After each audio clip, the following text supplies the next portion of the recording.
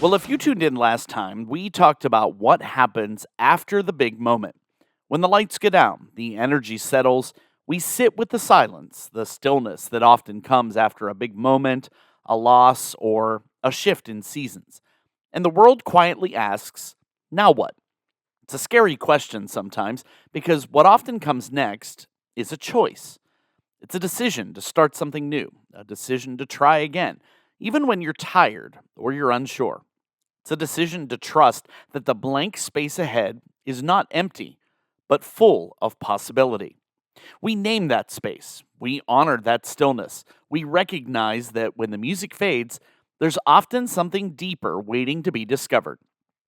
But once we've caught our breath, once we've let the quiet speak, a new invitation begins to take shape.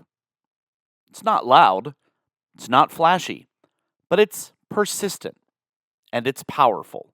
It's the invitation to begin again. And I'm not talking about starting over from scratch, but to start again with wisdom, with purpose, with a heart shaped by what came before. Maybe you've been carrying guilt about a goal you abandoned. Maybe you've been stuck in a season that didn't go the way you hoped it would. Or maybe you've simply been waiting for permission to move forward. Welcome to Q on Q this week. It's episode 89, part 2 of our series, What Now? I'm glad you've joined us this week. In this episode, we're going to talk about finding the courage to begin again. Not because you have to prove something, but because you believe there's something more worth stepping into. Whether it's a habit, a dream, a relationship, or just a shift in your mindset, there's power in a restart. Not perfect, not polished, but real. Starting again doesn't have to be dramatic or flashy. Sometimes it looks like picking up a habit, a calling, or a part of yourself that you set down for a while. Sometimes it's not about doing more. It's about moving forward with gentleness, focus, and grace. Well, in this episode, we're going to explore what it means to answer what now with courage and how starting again, even in the smallest ways, can be an act of hope. So let's approach this from a few different angles. First, I want us to look at the what now as a fresh start, as if we're starting something brand new. We tend to tell ourselves and believe a lot of lies about starting over. There's something oddly intimidating about a fresh start. On the surface, it sounds energizing, a blank slate, a new day, a second chance. But deep down, starting again can bring a surprising amount of fear and resistance. And often, that hesitation isn't just about the unknown ahead. It's about the lies we've come to believe about ourselves, about progress, and about how new beginnings are supposed to look. One of the most common lies is that starting over means you failed at something. That somehow needing a reset or a new direction is a sign you've done something wrong or wasted time. But let's be honest, some of the best growth in life comes not from straight lines, but from moments of realignment. It's not failure to begin again, it's faith. Faith that what comes next could be even more meaningful than what came before. We also tell ourselves that we have to wait until we feel ready. It's a perspective shift. We cling to that idea that courage has to feel like confidence, that we'll know it's time because we'll be 100% certain. But in truth, most worthwhile restarts come long before we feel prepared. Think about Peter stepping out of the boat toward Jesus, not because he had it all figured out, but because he had just enough trust to try.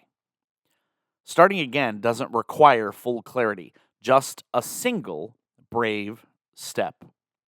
And then, of course, there's the myth that starting over has to look dramatic to matter. We see other people making bold life moves, and we feel like our quiet, private new beginnings don't count. But sometimes the most radical act is a simple one, like choosing to show up again, sending the email, forgiving somebody, forgiving yourself. These small steps are not insignificant. They're sacred. They're proof that transformation can begin in hidden, small, even humble ways. We also believe that if it didn't work the first time, it won't work now.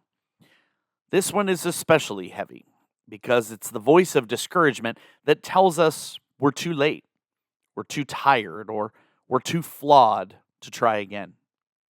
But Scripture's full of people who started over more than once. Moses, Jonah, David, Paul, they all had moments of redirection that didn't disqualify them, they prepared them. Sometimes the previous chapters aren't mistakes, aren't failures, but setups. There's even a sneaky lie that your past disqualifies you from a new future. That because of what happened or what didn't, you've missed your moment. Remember the scripture, His mercies are new every morning? Doesn't say His mercies are just new January 1st or not just when you've earned it. Every single morning. Grace doesn't wait for a clean record, it meets you where you are. And maybe the hardest lie of all, that you have to do it alone. We internalize the belief that we should be strong enough to restart without help, without community, without vulnerability. But starting again is rarely a solo act. Whether it's through prayer, mentorship, friendship, or simply being honest with someone, we were made to walk new roads together. So if you've been carrying any of these lies, you are not alone, and you're certainly not stuck. The truth is, starting again is not about being perfect or polished. It's about being open and willing. It's about daring to believe that your story isn't finished yet, and that the author of it all is still writing something new. So even after we've exposed the lies we've been believing, hesitation can still linger. Why? Because starting again isn't just about knowing the truth. It's about overcoming the emotional weight we've attached to past experiences. You see, the heart rarely moves at the same pace as the head. We hesitate, not because we're weak, but because we're human. One major reason we delay is simple, and it may not be one we think about right away: grief. Because every ending, even a necessary one, carries a sense of loss. Maybe it's the loss of time, loss of identity, expectations, or comfort.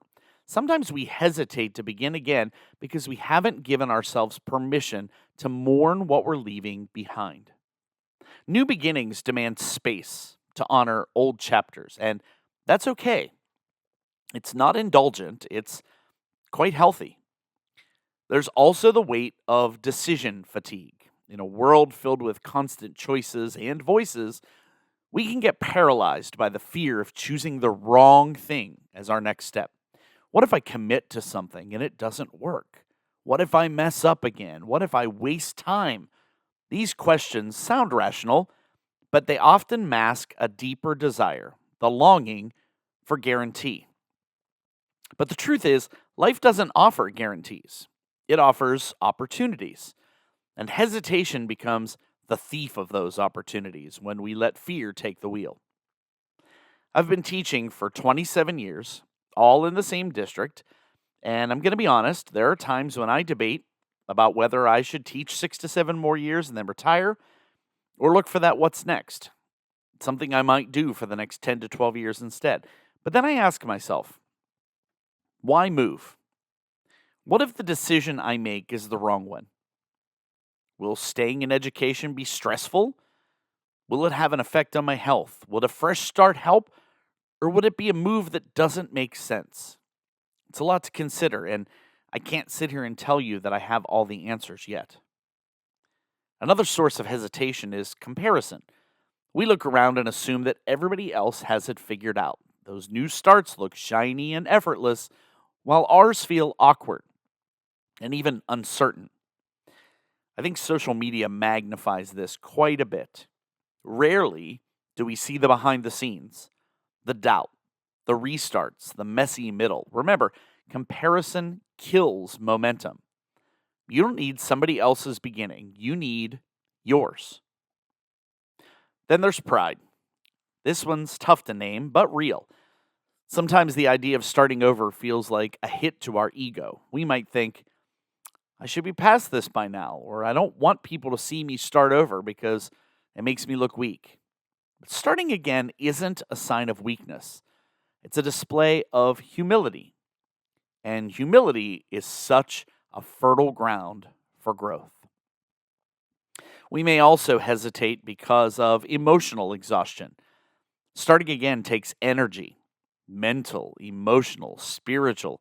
And when we've been through something draining, we don't always have the reserves to jump into something new. That's not laziness, my friends, that's reality.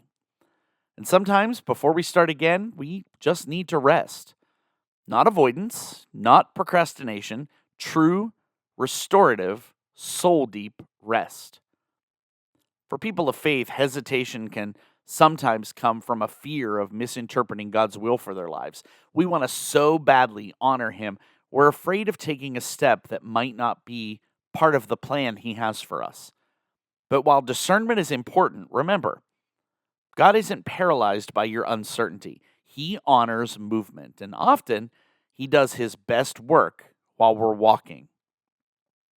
I think perhaps the biggest reason we hesitate is because hope is risky. Start again means to believe again, to allow ourselves to hope for something better. And that takes courage. Hope makes you vulnerable. But the alternative is staying stuck. And even though hope can be scary, it's also the spark that makes the next chapter possible. As Romans 15:13 says, may the God of hope fill you with all joy and peace as you trust in Him. Trust opens the door to start again. So if you're hesitating, be gentle with yourself. Take a breath, name what's holding you back, and then when you're ready, take a step, even just one. You don't need the whole map in front of you. You just need the courage to move towards the next moment. That is where transformation begins. Because we often think that starting again has to feel dramatic. The big moment, the grand declaration, the clean slate, and the perfect plan. But more often than not, the greatest strength comes from the smallest starts. There's a quiet kind of courage in beginning without fanfare, without certainty, without applause. It's the strength of showing up when you'd rather stay hidden, or taking the first step when the finish line is nowhere in sight. We underestimate small starts because they don't feel significant, but that's often where God does His most significant work. In Zechariah 4:10, the question is asked, who dares despise the day of small things? A brief reminder that heaven doesn't overlook what earth might dismiss.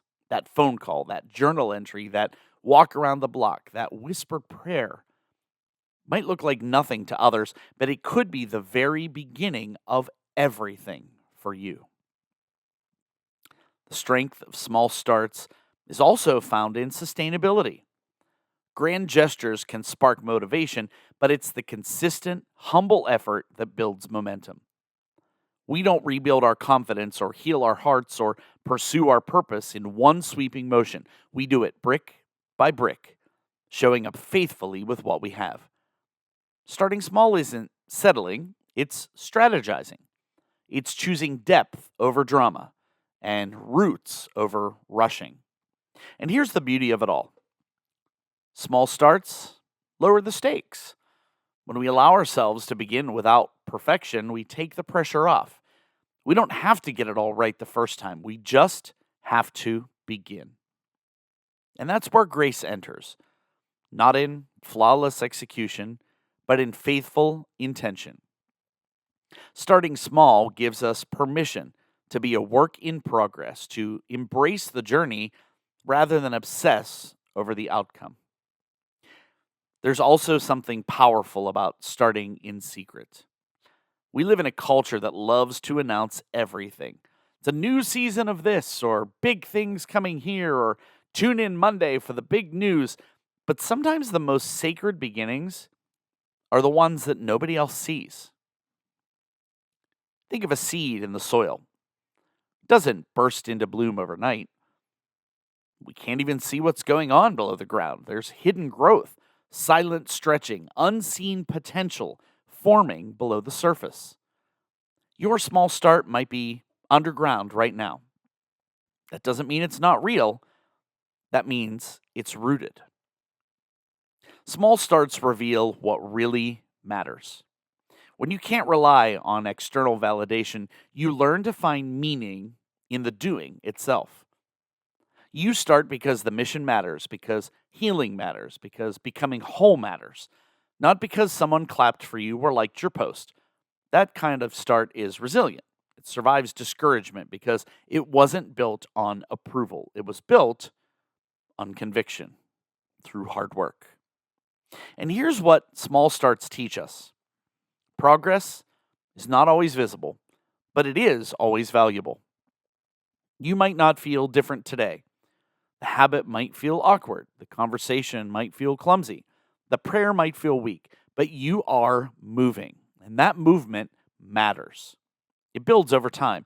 And one day, without even realizing it, you'll look back and see just how far those small, quiet steps have taken you. So don't wait for perfect. Don't wait for 100% clarity. Don't wait for confidence. Start with what you have, where you are, even if your hands are shaking.